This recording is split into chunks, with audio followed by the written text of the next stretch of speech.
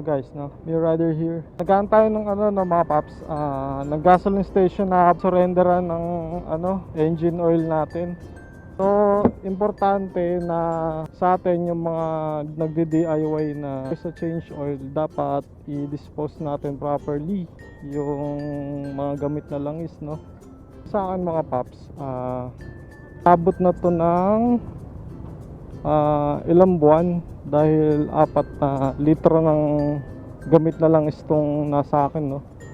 At i-surrender ko doon sa recycling center ng mga gasoline station.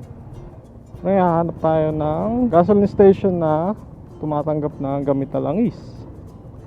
So mag DIY na change oil, dapat i-properly dispose nyo yung used oil dahil sobrang toxic nito pag tinapon natin sa kung saan. Medyo mahirap to dahil langis siya, pwede siyang makontaminate pag tinapon natin sa lupa or sa kung saan, no? Kaya dapat mas maganda bigay na lang natin sa gasoline station, sa mga tumatanggap or do sa mga bumibili ng gamit na langis. Wag na wag nyong itatapon sa kung saan yung gamit na langis nyo dahil ayun nga, harm siya sa mother nature. 6.5 hours later. So yun na guys, paikot-ikot muna tayo dito. Naghanap tayo ng tumatanggap ng langis. Meron kasing ibang mga gasoline station na hindi tumatanggap ng gamit na langis. Hanapin natin yung merong mga repair shop. Kasi doon sila nagpapalit ng langis eh. Muna tayo. Alas 12 na.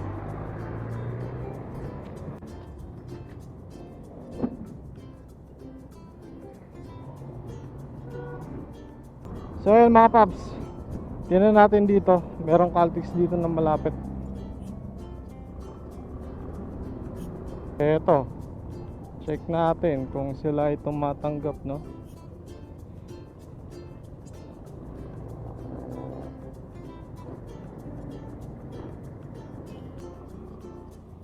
Ay, parang hindi yata. Tapo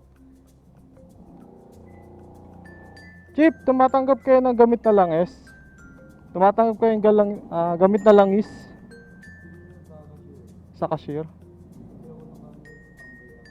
Patambal. Siyo.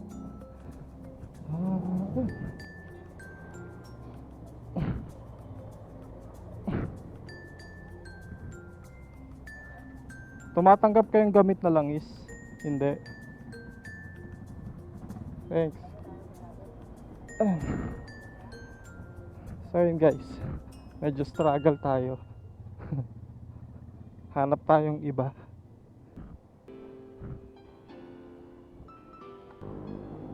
So yun guys, no. Hindi sila tumatanggap, pero tingnan natin sa iba.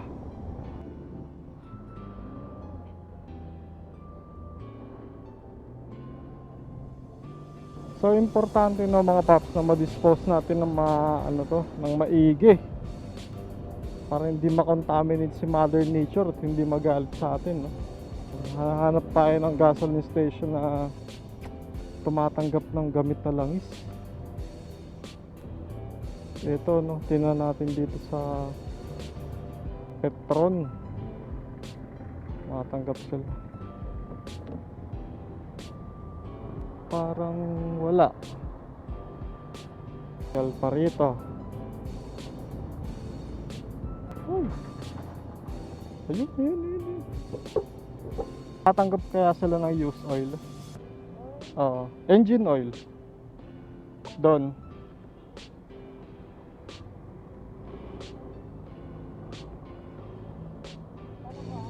Sige. So sa paps, no, sa ibang mga gasoline station tumatanggap sila ng gamit na langis, pero hindi ko sure dito kung tumatanggap sila. Gamit na langis, tumatanggap kayo? Doon? Hindi. Oo. Nagbebenta ka rin kami ng YouTube, yung mga nailan. Hindi, ibibigay. Hindi namin bibenta. Ibibigay lang. Hindi. Okay. Okay, salamat. Tingin tayo sa iba.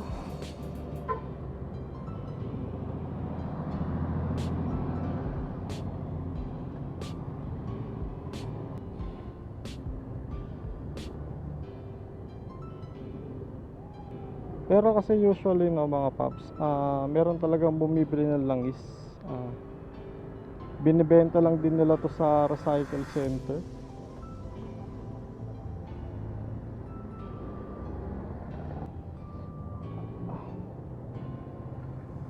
Ang init.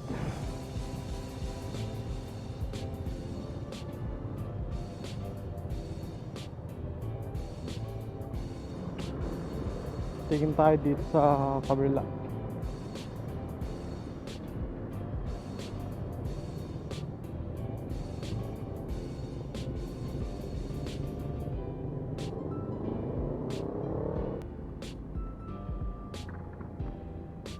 What? Yan. Ito ang napakalaki. Tarik na ang araw.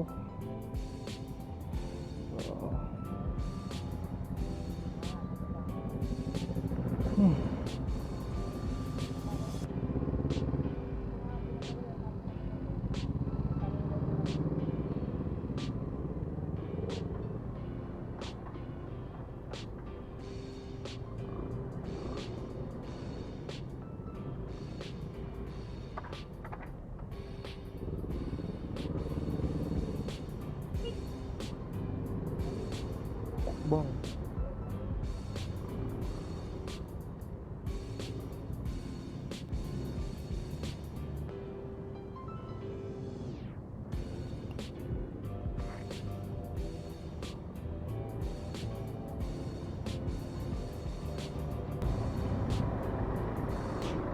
So yan na guys,